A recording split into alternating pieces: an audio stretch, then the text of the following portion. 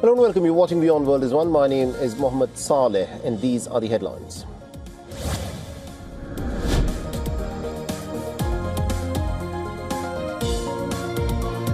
According to reports, the death toll in Venezuela's devastating twin earthquakes has surpassed 4,300. The strongest 7.5 magnitude quake, the biggest in Venezuela in over a century, struck 39 seconds after the first quake that measured 7.2 on the Richter scale.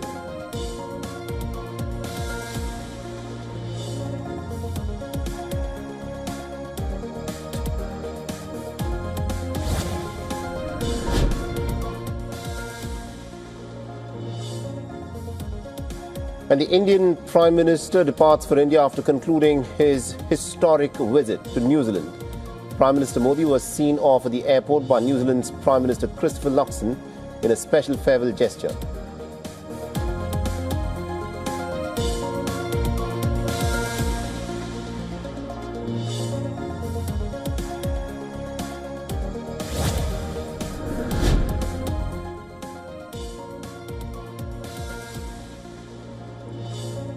And 15 Indian tourists have reportedly been killed after the speedboat that they were travelling in capsizes off Vietnam's Phu Quoc Island. There were 36 people on board, including 32 Indian tourists and 4 local crew members.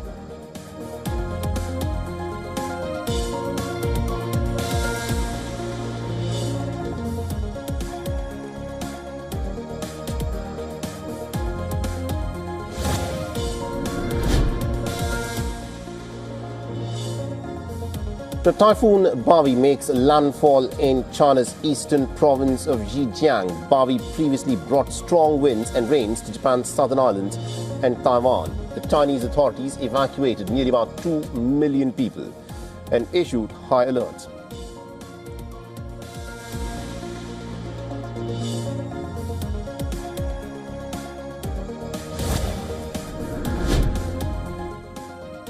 And according to reports, the firefighters, aided by better weather, gained the upper hand in one of Spain's deadliest wildfires. As many as about 500 firefighters, backed by over 20 water-dropping aircraft, are battling the blaze.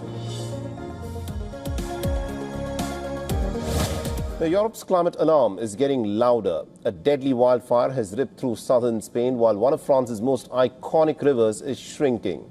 Now, Spain's wildfire has claimed at least about 11 lives, with 19 people still unaccounted for.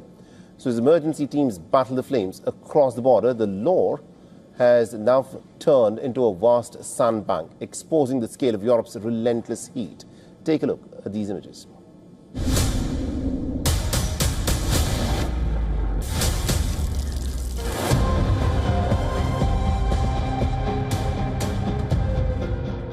First came the heat.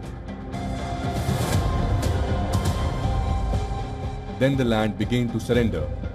Forests turned into fuel. Rivers retreated. The landscape itself started changing shape.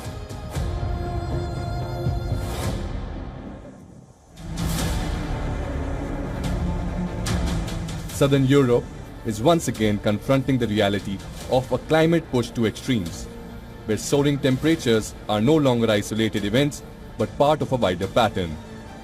Spain is at the center of that crisis.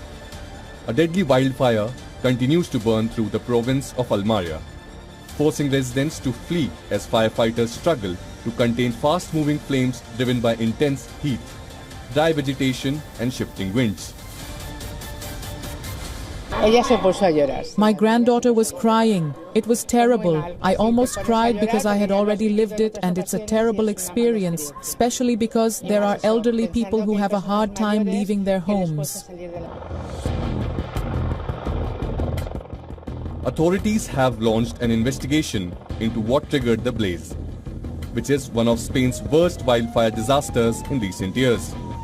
Thousands of hectares have already been scorched.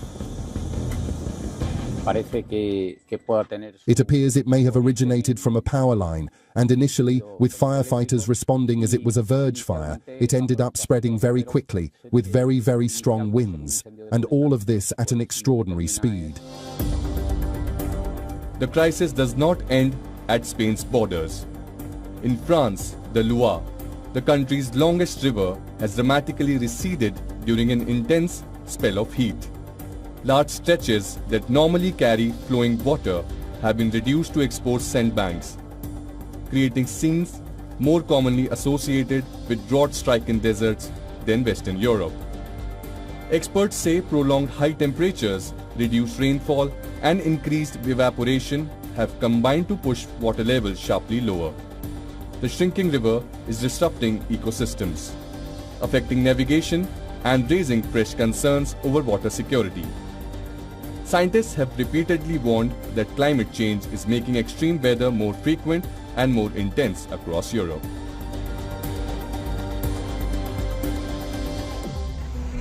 We have a state of emergency in Missouri. A once-in-a-millennium rainfall causing catastrophic flooding, as you can see here.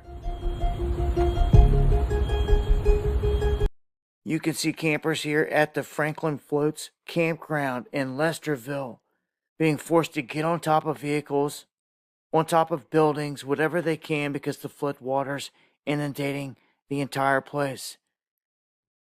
They're trying to rescue people with the boats that they have. You can see some of these places just completely underwater. Look here at the town from an aerial shot. You can see the flooding is severe. The crazy part is, with all this ongoing, the worst is yet to come. You're looking at a young woman right there that was said to have been swept away in the waters. You can see buildings here damaged, wiped out. You can see them on boats, on what were roadways, now waterways, going through a lot of these areas, and the people jumping off that vehicle they were on top of into the floodwaters, and we have no idea what happened to those people at this point. So you've got all kinds of people being evacuated, state of emergency declared for this region, and it's bad. Again, they're saying the worst is yet to come. If you're planning to travel through this area, a once-in-a-millennium type of event here, I'm going to tell you, it's weather warfare at its finest, and it just keeps happening, and places are getting decimated just like this. Everything just under feet of water. Let me know if you're affected by this in the comment section below.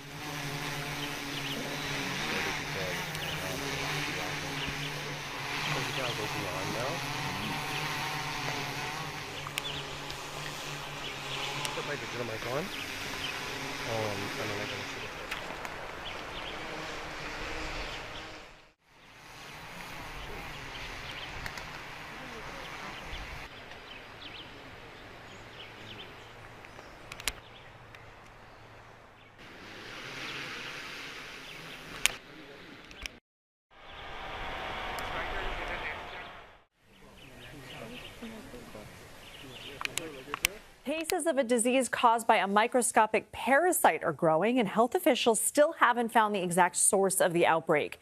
Michigan leads the country in cases of cyclosporiasis. In roughly 2 weeks, there have been more than 1,500 cases reported and 44 hospitalizations. Normally, the state sees 50 cases per year. According to the CDC, 31 states have reported cases. Infections bring unpleasant side effects, including frequent diarrhea. Past outbreaks have been linked to fresh produce. And common advice to avoid infection includes washing fruits and veggies, but some experts say that is not enough to kill the parasite. Dr. Eric Asher joins us now. He's a family medicine physician at Northwell's Lenox Hill Hospital here in New York City. And doctor, we know that we have cases in New York State, and we also know this is probably way underreported because people have to actually go seek care, get their stool sampled in order to confirm these cases. What is this? Why is this so concerning? So this is one of the foodborne illnesses that is not contracted human to human. We know that it is from contaminated produce. And we know that this year in particular, there are a lot more cases, as you mentioned, than we typically see. And that's likely because it has been so humid and parasites thrive in this weather and this humidity. We know that the fresh fruits seem more appealing during this time of year, and they're much more easy to find. And we know that there are so many people traveling into the country at this point of year. So we're seeing just, because of the World Cup, because of the Knicks winning basketball, we're finding that there are a lot more people here as well now. So let's talk about what we can do, because I'm just the kind of person that I buy my produce and I'll give it a quick rinse under the sink, but it's not like I'm sitting there scrubbing each individual piece. What can we do to protect ourselves? So in particular, while this is still surging, it is so important to make sure that after you use the bathroom, you're doing a really good job of washing your hands. Before you're washing your fruits and vegetables and preparing food, you're washing your hands. And you're doing a really, really good job at scrubbing all of your produce, especially produce like strawberries and berries and spinach, kale, things that have nooks and crannies in it. You really want to make sure that you're spending a good amount of time rinsing those things. You want to make sure that you're buying your own fruits and vegetables. You're not going to places that are pre-cutting and pre-peeling, because we don't know what kind of hygiene they're following. So you want to do a good job. Whatever you bring home from the store, you're peeling it yourself, you're washing it yourself. If there's any bruised or nicked areas in the produce, you throw it out. And after you cut things, after you chop up your produce, put it right in the fridge right away. How crucial is it to find the source of the outbreak? That would help. That way we would know where it's coming from. But where things are being sent all over from so many different places, it's likely not coming from one place in particular, which is what's making this difficult to track. But the best thing we could do now is not stress and just make sure we're doing a good job of washing. And to prevent this, really washing is not enough. It's helpful, but it's not fully protective. So if you could cook your fruits and vegetables, if you could buy frozen fruits and vegetables, if you could replace your fresh herbs with dried herbs until things calm down a little bit, that's another means of protecting yourself. Okay, Dr. Eric Asher, thank you so much. This is Iran's foreign minister arriving in Oman on Saturday for talks about the Strait of Hormuz. Abbas Araghchi's arrival comes at the end of a week that saw 3 commercial tankers come under fire. That, once again, slowed traffic in the waterway through which a fifth of the world's oil typically flows. That, in turn, prompted the US to hit Iranian sites and for Iran to respond against US military sites in the Gulf.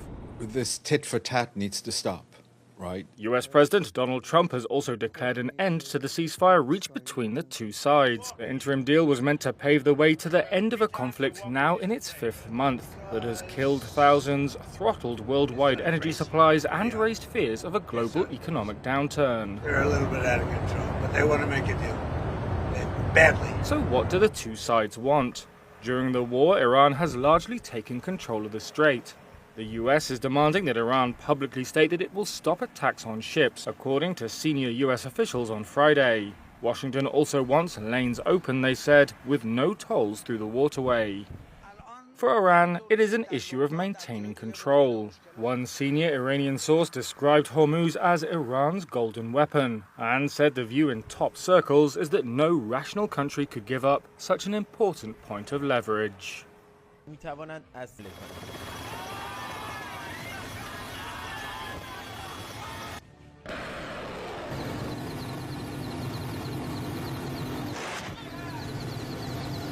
Attention all ships, attention all ships, attention all ships. This is Sepah Navy, Iran's Islamic Revolutionary Guard Corps Navy. From now on, all navigating through the Strait of Hormuz is forbidden. No ship in every type is not allowed to pass from the Strait of Hormuz till next notice. This is Sepah Navy, out.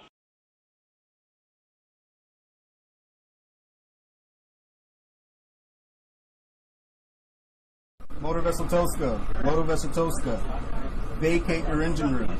Vacate your engine room. We're prepared to subject you to disabling fire.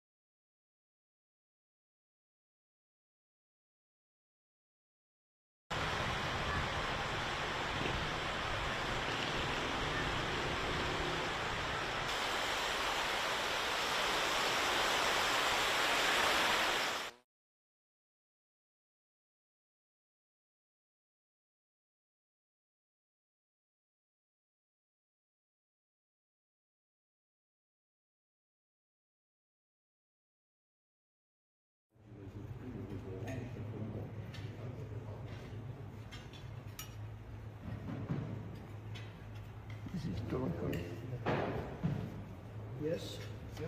Bravo.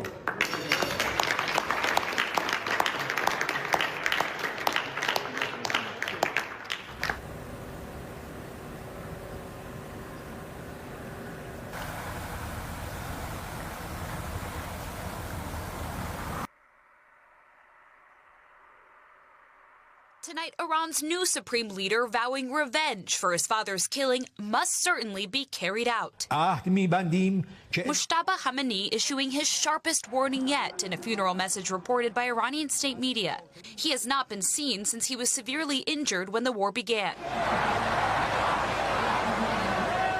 His call for retaliation on full display this week during a days-long burial ceremony for his father, the former supreme leader who was killed during U.S.-Israeli strikes in February. Overnight, President Trump posting 1,000 missiles are locked and loaded and aimed at the Islamic Republic of Iran, should the Iranian government act on its threat. They want to take out the U.S. leader, me. I'm on every list. The supreme leader's warning comes as senior U.S. officials blame factions inside Iran's regime for shooting commercial ships in the Strait of Hormuz this week, triggering back-and-forth strikes between U.S. and Iranian targets. Late tonight, Iranian state media reporting the Revolutionary Guard says the Strait of Hormuz is now closed until further notice. Julie joins us now from the White House. Julie, President Trump switched planes on his way back from the NATO summit this week over security concerns, and now the Justice Department is looking into some journalists for reporting it. Exactly, Jose. The Justice Department issued subpoenas to several journalists for reporting security concerns, as you said, with the new Air Force One gifted by Qatar and debuted by President Trump earlier this month. The DOJ spokesperson says reporters are not the target, but potential leakers within the administration are. A U.S. official, Jose, tells me FBI Director Kash Patel is overseeing the investigation, and he was actually here at the White House yesterday. Jose?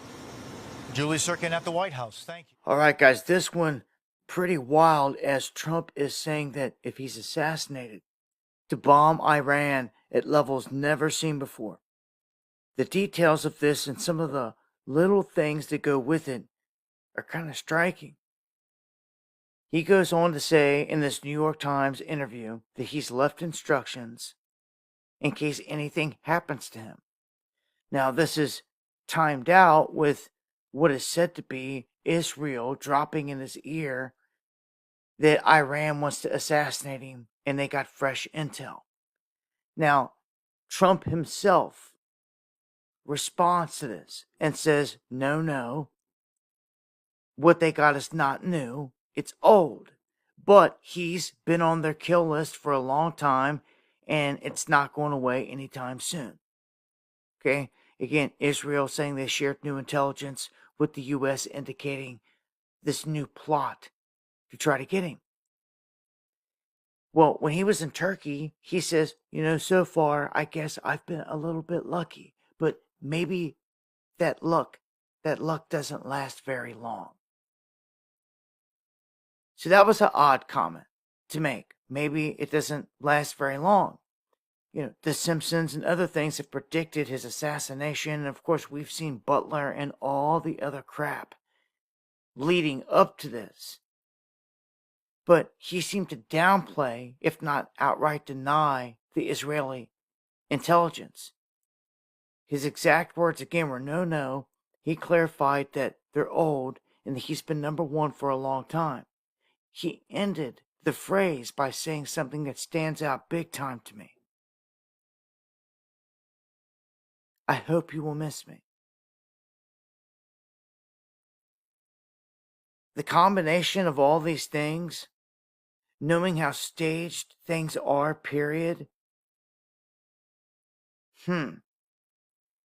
Look, they're in a weird position right now. And also, he did not take the brand new aircraft that was gifted to him the other night out of Turkey.